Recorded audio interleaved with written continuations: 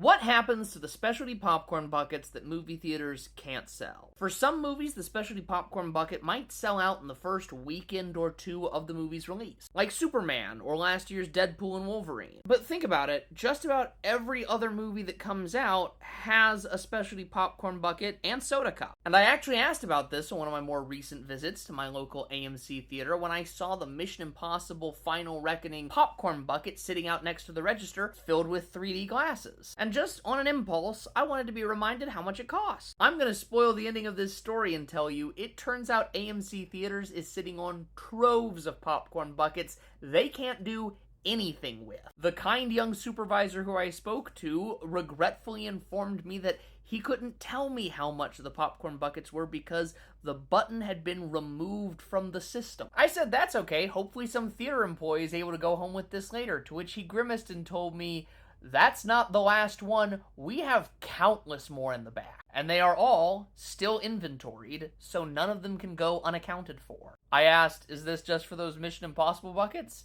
To which he shook his head. I asked, well, do they eventually get sent back to corporate? To which he again shook his head. Your local AMC is probably sitting on so many movies worth of popcorn buckets and soda cups. And there's no crime there, no great scandal. Do I wish that they were sent back to corporate to be recycled for the next rollout of buckets and cups? Yeah, sure. But what I really wish is that they would leverage that old inventory as a sort of promotion. And here's my pitch, use that inventory to incentivize buying more concessions on the weekdays. Think about it, when people come in to see a movie on Tuesdays or Wednesdays, they're coming in for lower price tickets. But maybe if while they're there and they choose to get the large popcorn and soda, concessions combo, they can also get a promotional bucket or soda cup that management has pulled out from the back of their inventory for these 2 days only, maybe for an add-on of like $3 or $5 more, just to both